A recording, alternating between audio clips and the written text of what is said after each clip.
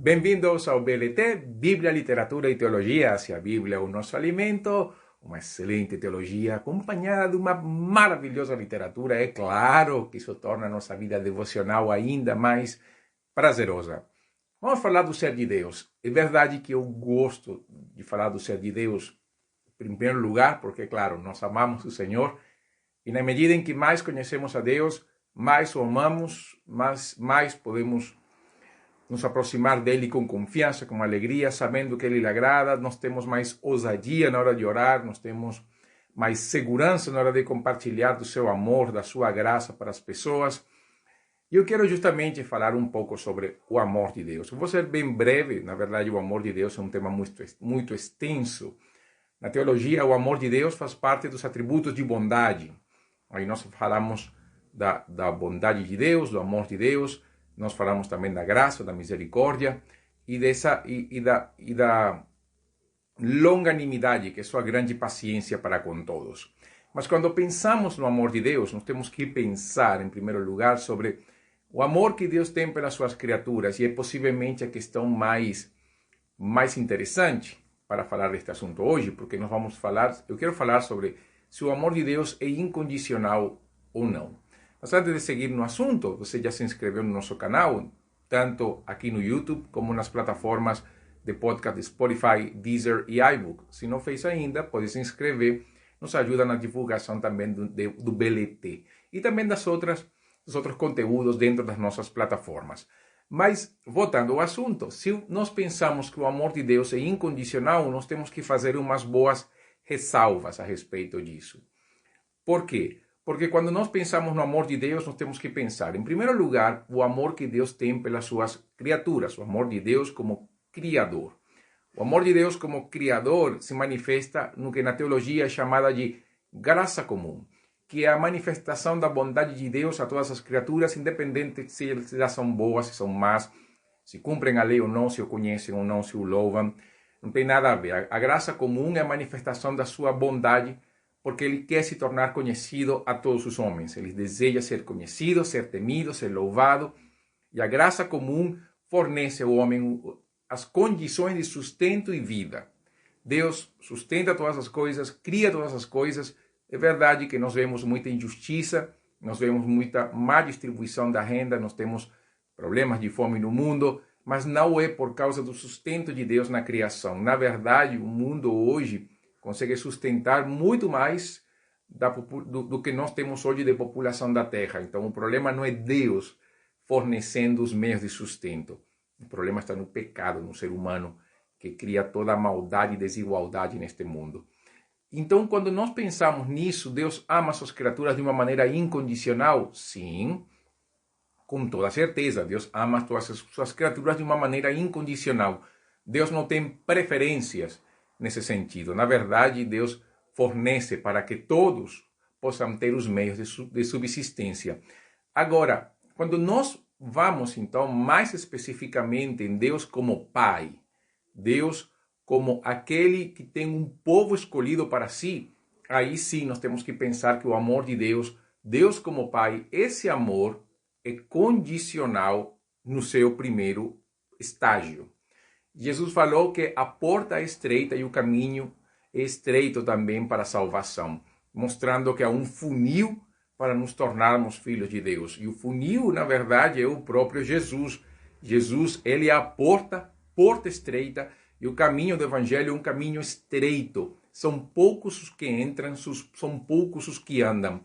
Quando nós pensamos dessa forma, e nós pensamos também no sacrifício de Jesus na cruz, é claro que alguém vai falar de João 3,16, mas João 3,16 vai mostrar que o amor de Deus é condicional.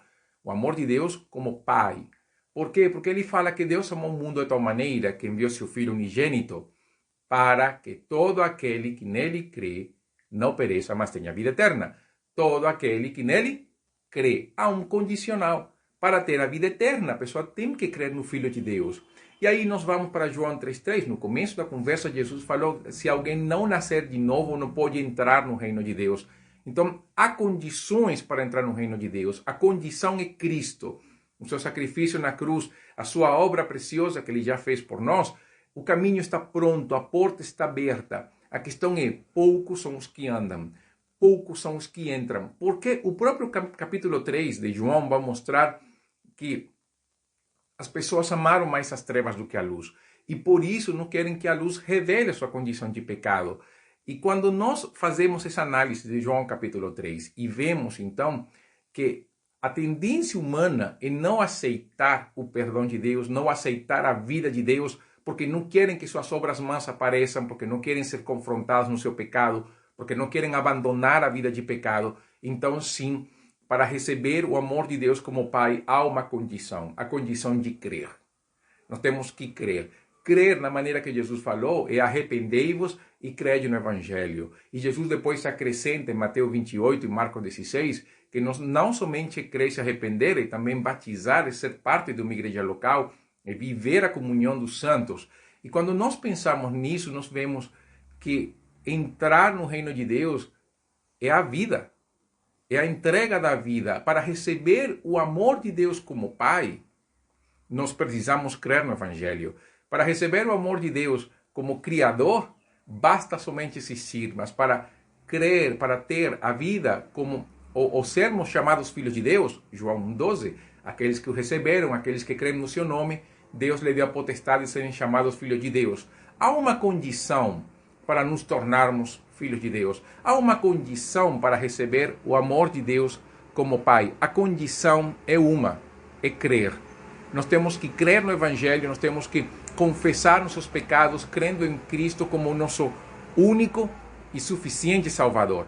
Essa é a grande condição. Agora, uma vez dentro, uma vez sendo filhos, sendo recebidos por Deus, sendo aceitos por Cristo, sendo adotados como herdeiros de Deus e co-herdeiros com Cristo, sendo selados pelo Espírito Santo do Senhor, recebendo então o dom da vida eterna, o amor de Deus pelos seus filhos se torna incondicional.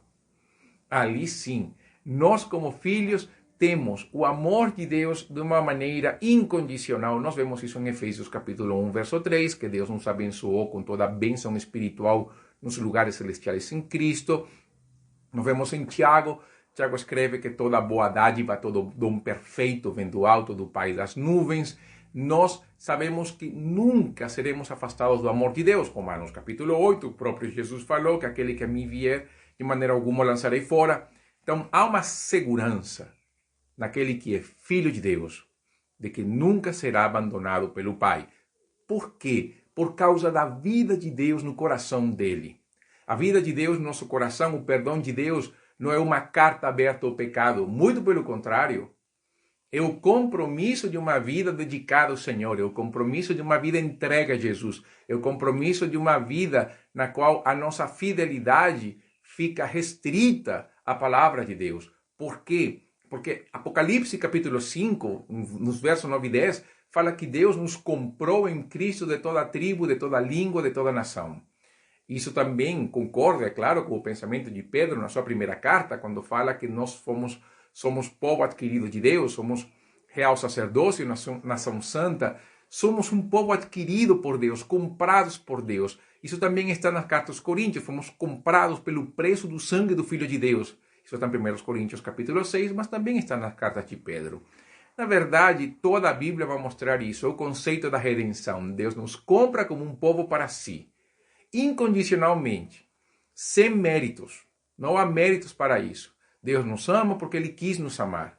Para nós receber esse amor, precisamos crer no Evangelho. Então, o amor de Deus ele é incondicional para aquele que crê.